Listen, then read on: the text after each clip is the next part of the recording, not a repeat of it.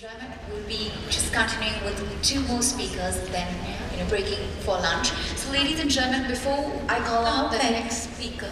Okay, so the lunch is not ready. That's what they're telling me. There are two more speakers. So we need to start the new session then, right? Yes. Okay. Thank you. Sorry. We apologize. We're running a bit late. We really apologize.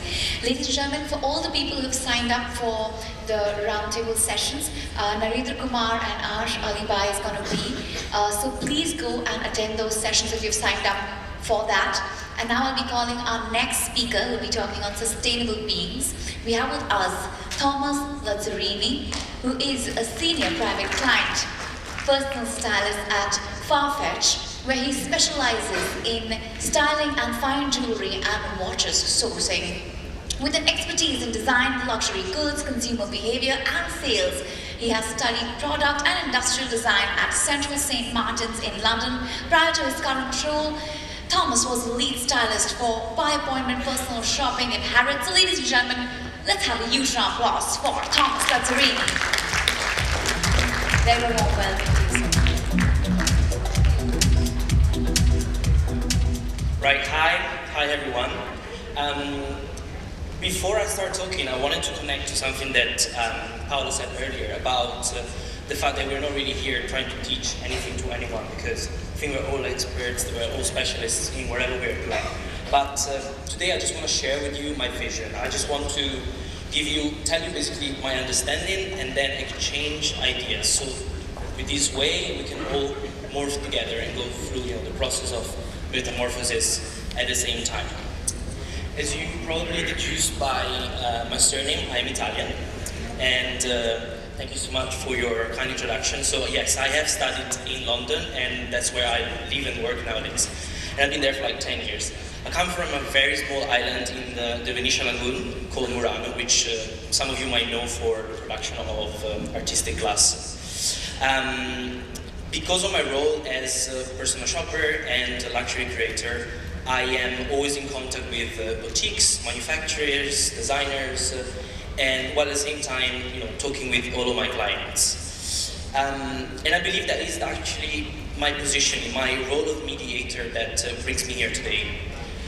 So I will try and give you a better understanding of how both supply and demand is ever changing in today's society. So, first of all, thank you for being here. I know that you're all hungry and probably tired on a Sunday, but just stick with me. I'll bring you through a little journey. Sometimes you might feel perplexed, but as every other presentation, there is always a point behind every image and every title that you might actually see. So there is no better way, or at least in my head, there is no better way than being able to talk about hard luxury, like AKA watches and jewelry, without defining what luxury really is. So the Oxford Dictionary describes luxury as great comfort, especially as provided by expensive and beautiful things, and I think we can all agree on that.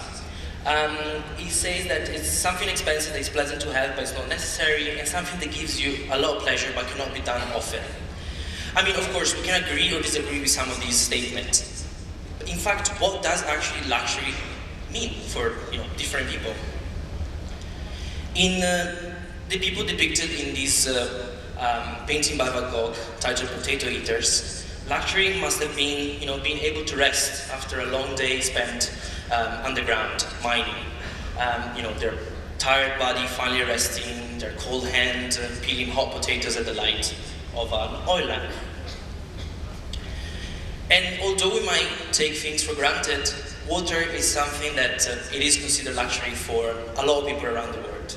If we think about it, 40 billion hours every year are spent in sub-Saharan Africa trying to gather clean water, trying to get access to clean water, without then thinking about all the diseases and issues that you might run if you don't have access to it. For some more fortunate, luxury might be being able to afford a £365,000 car. For some others, luxury is having the best and most expensive bed in the world. Although we have research from Yale University that tells us that 140 million people every night sleep rough. So now, every watch, clock, alarm clock that's being made has been designed to actually tell time. You can spend $5, $30, $300, or between $300,000 and $1,015,000. For some, only Astronomia Solar by Jacob & Co. is worth their time. But what about kids? I mean, not sure if you're familiar with the comic strip Peanuts, which depicts the stories of Charlie Brown, Snoopy, and his friends. There is a particular character in the comic strip called Linus. He always carries with him a security blanket. So for kids, a piece of cloth, a toy, a soft toy, could represent their luxury, something that they depend upon for reassurance and comfort. So now that we define what luxury is and the fact that it means different things for different people on different stages of their life, I think we can move on to talking about hard luxury. So hard luxury being a term that is commonly used to describe luxury items such as timepieces and fine jewelry that gain or retain value over time. But why? So the invention of fire and the wheel were of practical use. Clothing both have practical and moral purposes. Food is necessary for living, but jewelry isn't. So why does it mean the same? Why does it have so much importance in so many different cultures around the world? So what we discussed so far should have helped us to set the foundations like any well-built building, and to make us think, to open our mind. So coming to India for me has been a blessing because it's my first time and I've been, able to see and meet a lot of people that I actually never met before. And kind of linking to what I was talking about with Narendra earlier, this will help me to set the basis to then move forward and open my mind and open our mind. And then we should have understood by now that luxury actually is a choice or represents choice. So think that everything is relative, and if luxury represents different things for different people, then hard luxury must fall under the same predicament. So the paradox of choice book is a study by the American psychologist Barry Schwartz, and I really recommend it to all of you. And it is important to read it or to at least listen to one of his talks because he talked about the fact that people find themselves in front of an array of things that they can choose from on an everyday basis. And although people might feel empowered by the fact that they can choose from such an array of options, it is actually only a feeling that is momentary. Because you have so many things that you can choose from, that you can buy, once you get home, then you might think, oh, what if I bought the other options? What if I actually should have got something else? So either that you're a designer, manufacturer, or thinker, just make sure that you understand what luxury represents for your clients, or what you're making for the end user of the product, or what you're trying to push forward. Because in this case, eliminating choice actually would mean that less is more. So jewelry is one of the greatest multitaskers.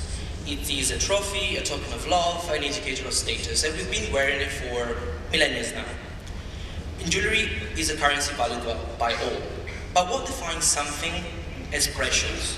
Why do we all, across so many cultures, centuries, and societies, have the same understanding of the value of luxury? What does it give it such a value? We always love things. This image shows what is considered to be the first ever necklace made, the first ever piece of jewelry made. So it's been discovered like over 100 years ago in Croatia. And it dates back to like 130,000 years ago. And scientists have been looking for it for a long time, but only 10 years ago they started to theorize that it must have been something that was worn around your neck or maybe on your arm. He has deliberate cut markings along every single bone. I mean, there are like these eagle bones. And they're basically theorizing that prehistoric humans were wearing jewelry as some kind of punk rockers of how punk rockers would do it nowadays. But of course, they were doing it to probably demonstrate their power, their sexual attraction, and maybe like guard off from snakes and evil spirits. A similar use of jewelry was also implemented during the Egyptian times. Not only they were using jewelry as amulets to protect themselves, to the point that they would have it even put it into their tomb when they were dying. But also, it carries with it all the mysteries and myths behind, the royals. Marie Antoinette was very famous for her love of excess. And she kind of was like the Kim Kardashian of her days. She was even more famous than her husband, Louis XVI. So her love for luxury, her love for clothing and jewelry, not only represented her status, but also her demise. When I was looking through all of these, different things to show you, one thing that struck to my hand was the Victorian era. Because I was thinking about the concept of memento mori, the philosophy of reflecting upon your own death as a method of self-improvement, kind of like getting rid of your earthly vanities. I mean, only jewelry is able to portray such a harsh reality in a beautiful manner. And it's been customary wear for over 300 years, with some form of it worn up to the early 20th century. So despite the massive changes that have happened in our planet during the last few millennia, jewelry is still used for pretty much the same purpose as it always has been. We all have collections, big or small, of personal jewelry, and it carries both a financial and emotional value. The pieces that we are more scared of losing or being robbed of are the ones that we have inherited from somebody. Your mother's ring, your father's watch, your grandmother's brooch. So, if luxury represents different things for different people at different stages of their life, and her luxury follow the same predicament, I think that we can kind of put together, the philosophical proposition by Descartes, cogito ergo sum, I think, therefore I am, together with the work of Barbara Kruger, I shop, therefore I am. The consumer nowadays is not shopping just because of a need or because they want to invest their money or spend their money. The shopper and the person that is investing in jewelry and fine jewelry wants to do it and buy into a brand that represents who they are, and that therefore they shop and they make a statement with it. So we see more and more titles popping up about how consumers want to embrace sustainability. And if we look deeper, if we do some more research, we will actually see that a higher percentage of people will be willing to spend more for something that is ethically produced and sustainable.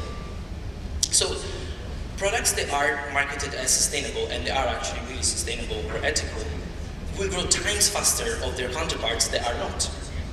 Consumers want us to help them make them sustainable. I know there's been a lot of talks about Gen Z, millennials, and maybe I'm not as equipped as everyone else, but if we look just at all generations, and then we kind of focus on what millennials and Gen Z, which are very commonly used terms, the way that they grow up is, in the society they grew up in, is a society where climate change, for example, is on the daily international dialogue. So every generation has had issues and their own problems, but millennials and Gen Z actually grew up knowing about extreme weather patterns, the rise of sea levels, the GMO agriculture, species extinctions, and so on. And so this has really created a generation that want to embrace sustainability on everything that they do. They want to be actively engaged to drive change. So because they grow up and around with technology, it has allowed them to have access to most of everything, to the swipe of a screen. And this has made these people far more knowledgeable than their predecessors. And social media especially has played a very instrumental role in making people socially conscious and allow them to realize the power of their voice. So if luxury represents different things for different people, and how luxury is an embedded human need that needs to be fulfilled with ethical and sustainable propositions, who and what is involved in the making of jewelry? What is the process? So generally societies value most what is hard to achieve. things that are accessible to all are likely to be valued less. Gemstones, gold, silver needs to be discovered, extracted, polished, and alchemized. It actually has involved like a great deal of machinery and resources to be able to do so. It is difficult and labor intensive. And because all of this, jewelry has an inbuilt rarity value. But why is it so hard to make the process transparent? Mining mineral and metals bring many issues, like the loss of biodiversity, contamination, exploitation, water pollution, and human rights violations, among many others. Then we have the manufacturing process, where we got the use of electricity, the use of water, the disposal of chemical, and then the design, the shipping, and again, disposal of all the packaging. And then cutting gems, which has all of the energy and water consumption that we already talked about, but also produces microscopic dust that not only needs to be disposed, but people breathe in. So yeah, actually, not only is it not sustainable for the environment, but it's not sustainable for the same people that we employ in our own workshops. So it actually all funnels down to the fact that there are so many different players in so many different countries. They, like in every relationship, there is communication problems. And is it very hard to make the process transparent because not every brand or every company has the same amount of resources to be able to go all the way back to where, for example, they source their stones. So one way doesn't really fit all. We read more and more articles about sustainable jewelry, how jewelry designers are becoming more sustainable, the challenge of creating, responsible jewelry. So what is the industry actually doing? What are designers doing about it? I put together some key players, big or small, but of course they're not all of them. I put as first Bibi van der Velden because she's one of my favorite designers from the Netherlands, and she's very into sustainability and loving Earth. She's put together a sustainability manifesto for her company, where she basically commits not only to use renewable resources, but also to make sure that she gives back to the communities where she's getting the stones or using their workshops. She also creates pieces that spark conversations about the planet's future. And because she travels a lot, or she works a lot with people from all over the world, she does a lot of her meetings via Skype, for example, which is a very easy solution to be more carbon friendly. Then we got Chopard. I put Chopard because obviously it's one of the leading brands, it's such a big brand. And they've been proud member of the Responsible Jewelry Council since 2010. They put sustainability and the love of Earth, from which they source their raw materials, as the forefront of their brand. They want to be transparent about their business, they want to be transparent about their where they take their resources from and who they use to produce. Sarah Ho is a London-based jewelry designer that I was lucky enough to be introduced by Paola. And she, in her design, she's always put her stones at the forefront of every piece that she's made. But she's now working also on a full circle project, which aims to give back to the communities where she's been taking the stones from. And she also works a lot with auction houses and people's personal collections to reuse the materials that otherwise would have been just left in somebody's safe. And then, there is a big debate about natural and lab-created diamonds, and Paola kind of touched upon this, but Annabella Chan has been a champion for sustainable laboratory-grown diamonds or stones in general. And she's working on a project with Diamond Foundry, which is a US-based company, which is basically carbon neutral.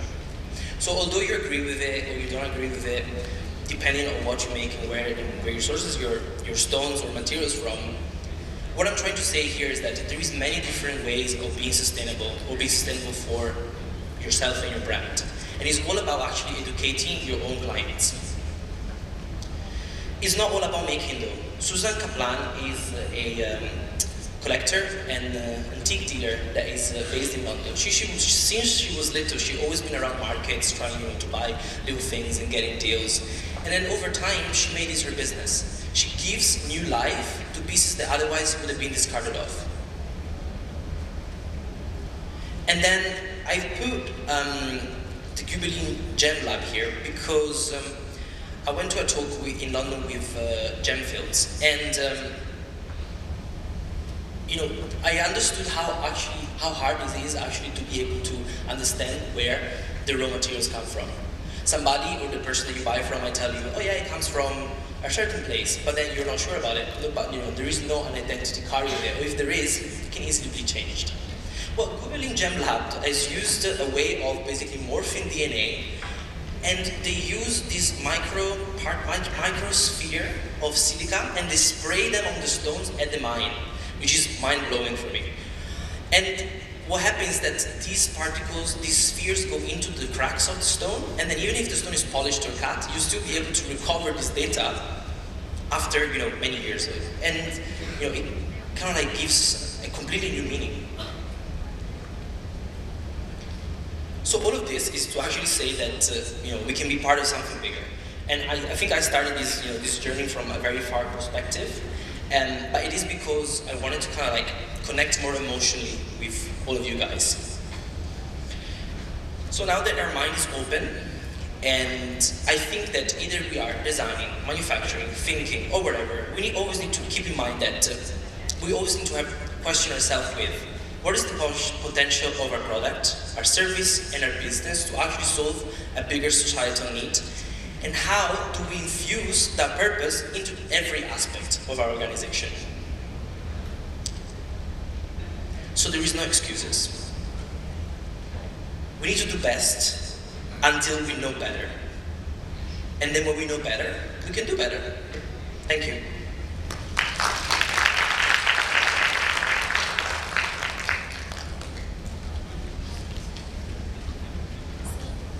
May I request you to please be on stage, Thomas sir, as we are going to felicitate our speakers for the first session with a memento. Can you please step up on stage? And I would also like to call on stage Ash Alibai, Rishabh Sahai, and Narendra Kumar with Thomas sir over here. Some of them are at the round table. Yes.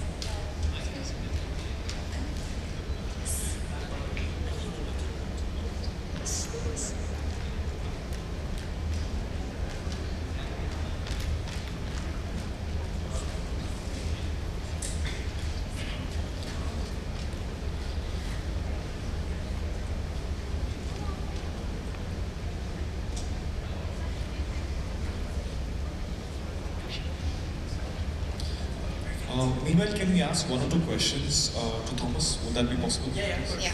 Great. So one small question is, Farfetch is seen as a company much into the future or very futuristic with regard to where retail is going or being design, all these things. Where do you see jewelry or fine jewelry in this context in the future and in the direction it's moving? In terms of sustainability? No. I mean, what does a company like Farfetch think about fine jewelry or jewelry as a category? Yeah. So, I mean, fine jewelry and the fine watches market is actually going very strong online, and I think it allows people to shop from wherever they are at their own convenience without having to go into a store. And the general issue that there is with jewelry stores, like boutiques and fine watch stores, is that they still look quite stiff in a way.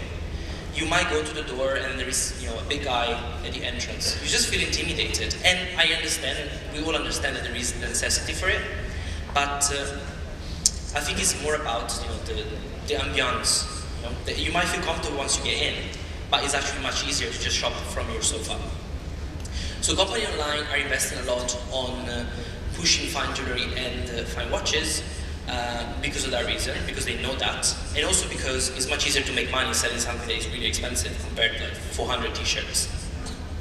I mean, Farfetch in particular has been working on the hard luxury for hard luxury since like a couple of years ago, and now we have a lot of different brands that are coming on board, and we can see a lot of successes. Actually, the question is more from a design perspective, more than sales channel and celebrity. Or from a design perspective? Yes. I think that the reason why I mentioned Sarah Ho was because of her project, where she does not only think about the stone, but she put the stone at the forefront and then actually says, it's a beautiful stone, look at it, it comes from somebody safe, you know? Or, oh, I love your necklace, that maybe she might have in one of her cabinets, and you're like, whoa, actually it's from very old pearls, you know? So what fine jewelry do is educate their clients that something doesn't need to be new, something doesn't need to be perfect, something doesn't need to, be a diamond, and only through education then you'll be able to, invest more resources into this. That makes sense? Thank you.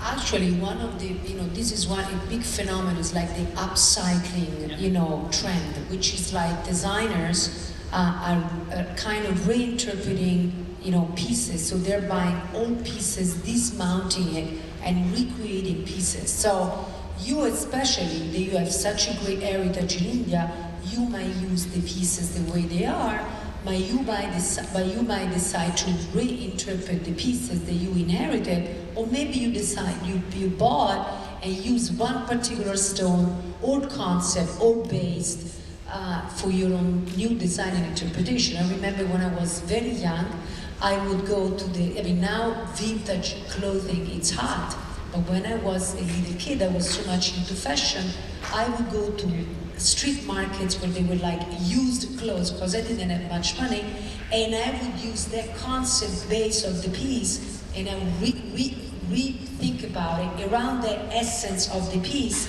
and I would make it completely a new concept. I would cut the sleeves, I would open the back, I would make it. So I would use that fabric, that concept, that flavor that maybe was from the 50s or the 60s or something, and make it completely new. So this is now, it's very much in jewelry, so it's very nice high-end designers are doing it everywhere in the world. Sarah Ho is one of them, but outside, take a look at the upcycle trend, Yeah. okay? Okay, thank you, Thomas. Any other questions? Yes, please. Give your microphone. I'm faster. I'm curious to know why is your company named as Farfetch?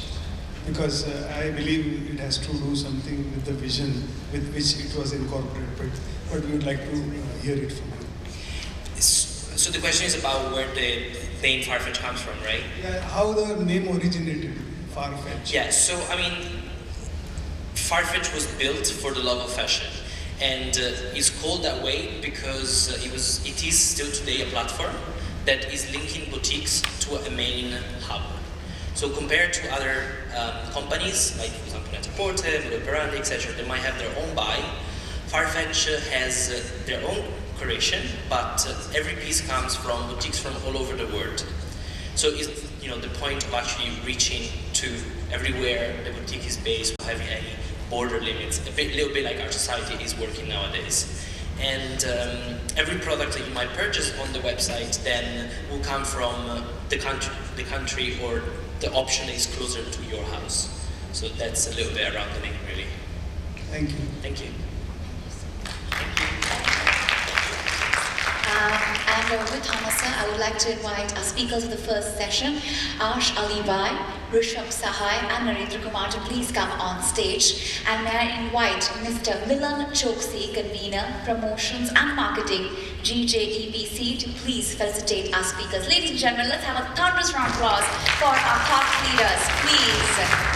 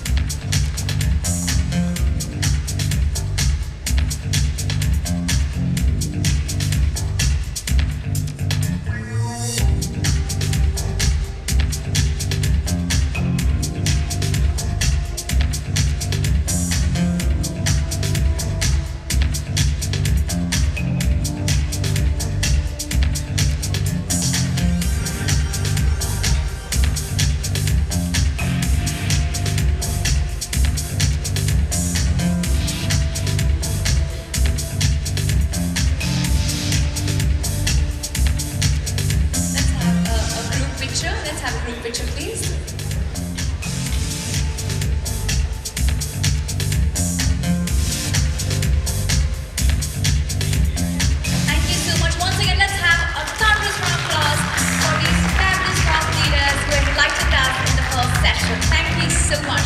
Such an honor to have you all.